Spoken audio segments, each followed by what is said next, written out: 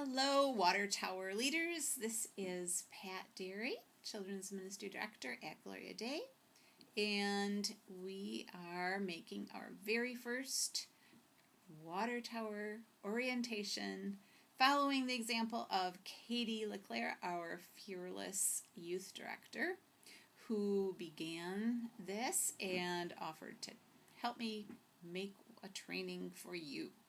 So hopefully this will save both you and I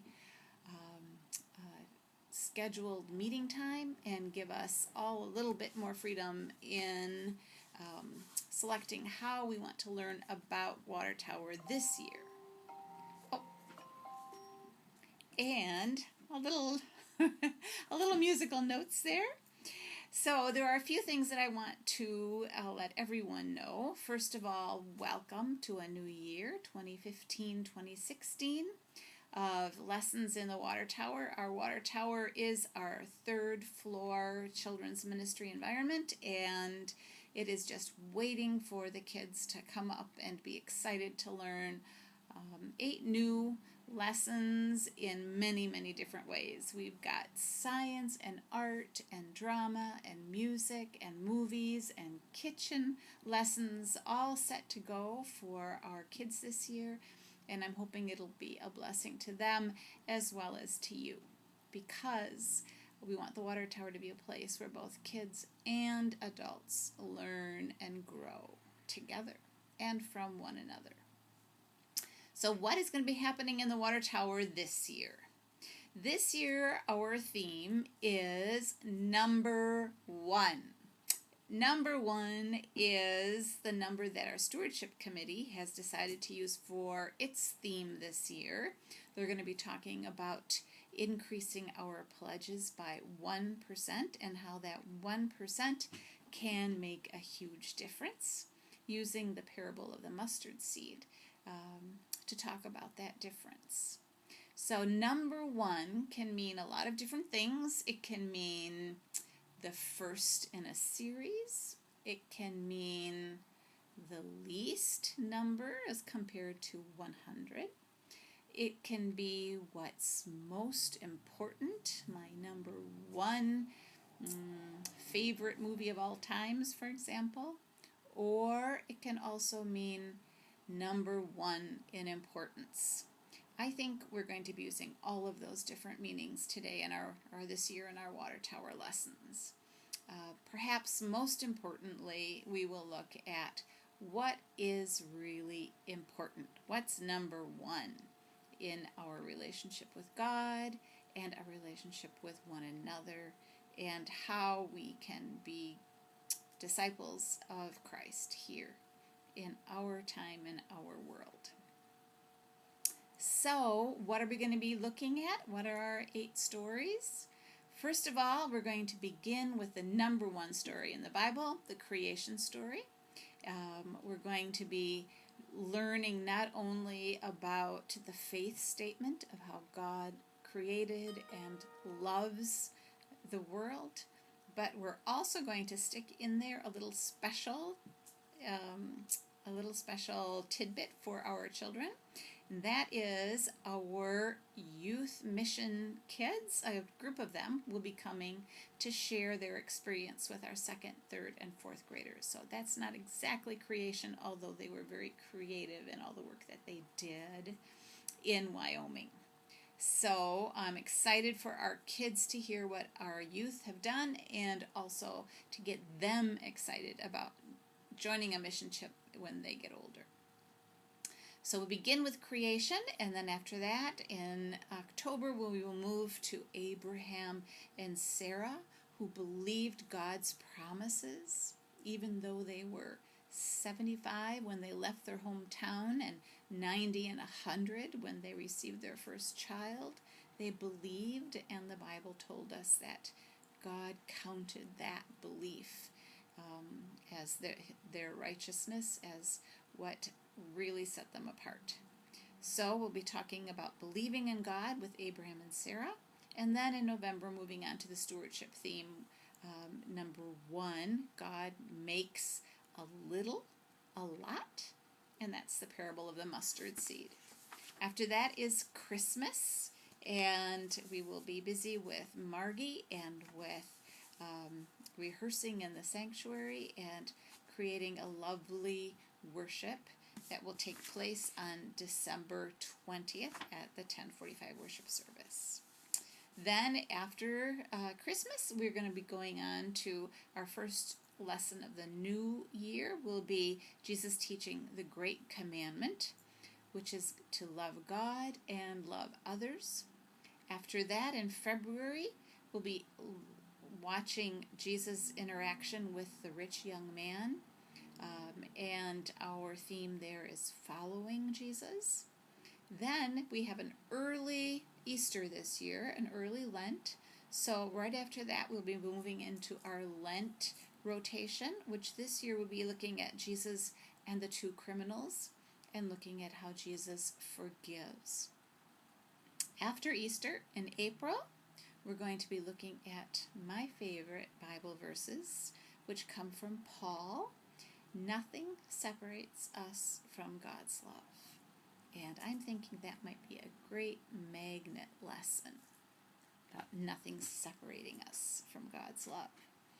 In May, our final rotation is one of my very favorite rotations, which I have done a number of times in different churches, and I think it is one of the most powerful. It's actually looking at modern witnesses.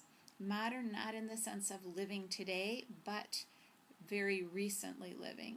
So I think we will be looking at the lives of Corrie ten Boom and Dorothy Day and possibly Dietrich Bonhoeffer, perhaps Martin Luther King, all looking at how they made such a difference in the world by living out their faith in everyday life. And I hope this will be a wonderful role model, a wonderful witness for our kids and for us about how we can be disciples today. So that is a look at our year, the year ahead of us. You will find that the calendar for our year is on our new website, which I hope you will visit. So if you have any questions about dates, they will be contained in that calendar under the Children's Ministry division. And also,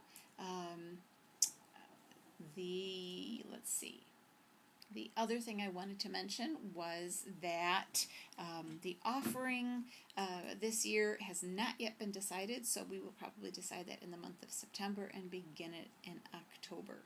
By the way, thank you for that wonderful offering last year.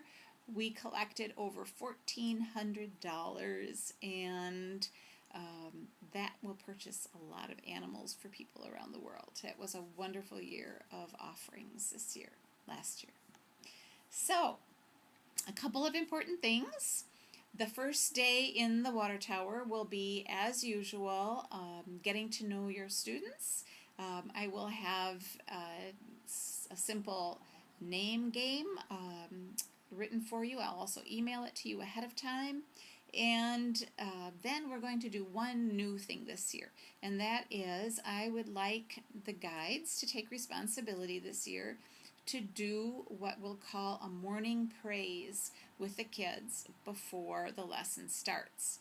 I will have posters in all of the rooms that have the words and the motions, but basically it is getting the kids to stand up and do 6 gestures with their body while you pray one sentence prayer. So, for example, it begins with asking the kids to stretch and raise their arms up wide and high as one of the guides will be praying, "I thank you, God, for the gift of another day of life." And so on with 6 gestures, very simple, moving with the kids and focusing their thoughts on God giving them life on a new day. And hopefully this will be something that they'll enjoy and perhaps even bring home. So that is a new thing this year. Then on the 13th, which is our first day in the water tower, we will have the kids the signs up of which rooms the kids will go to, and then in those rooms your folders will be there, but they will be incomplete the first day. We have so many kids that register late, and so instead of putting all of those names together and have it be incomplete, we're going to wait a week or two and then give you a complete contact list with all the kids in your group. But you will get the names of each child that's put into a different different guide group.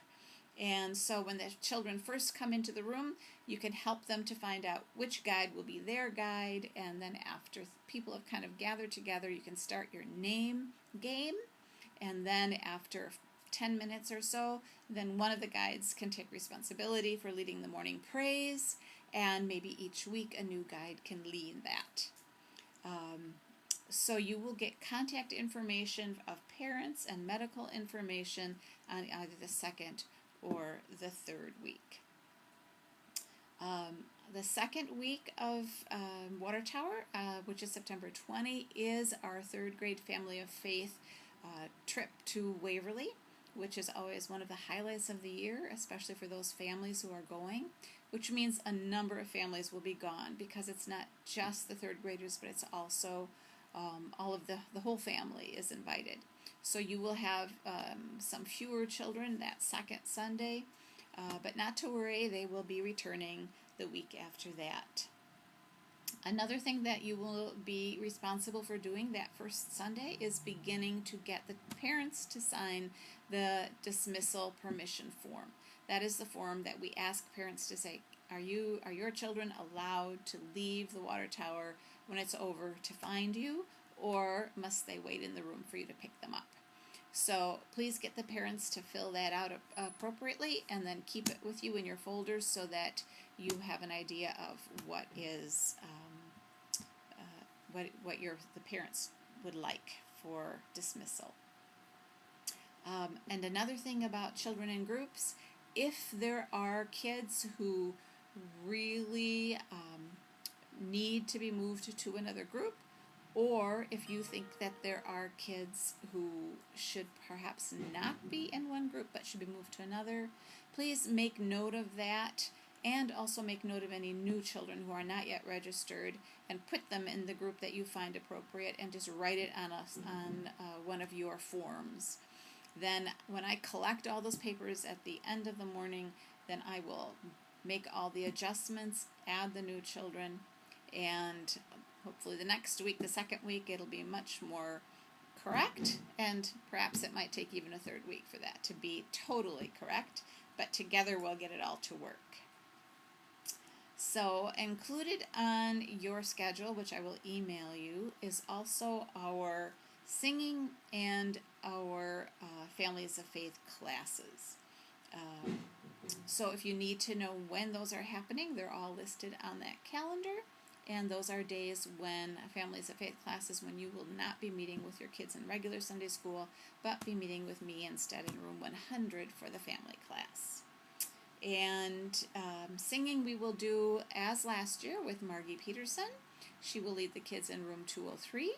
So we'll have the children meeting, the first and second graders, meeting in room 203 with Margie the first 15 minutes of the hour, and then moving to class. The teachers will begin their lesson immediately when they come at 9:45, so there will not be any guide time on those Sundays. The third and fourth graders will have their lesson immediately. The teachers know to start the lesson with no guide time immediately at 9:30, and then dismiss the third and fourth graders to room 203 when it's time for singing. And singing usually happens about once a month, unless it's Christmas, and then of course we have several rehearsals. And let me see, is there anything else I wanted to add? I think probably the one last thing I wanted to say was, you are important. What you do, whether you are a guide or a teacher, is really important.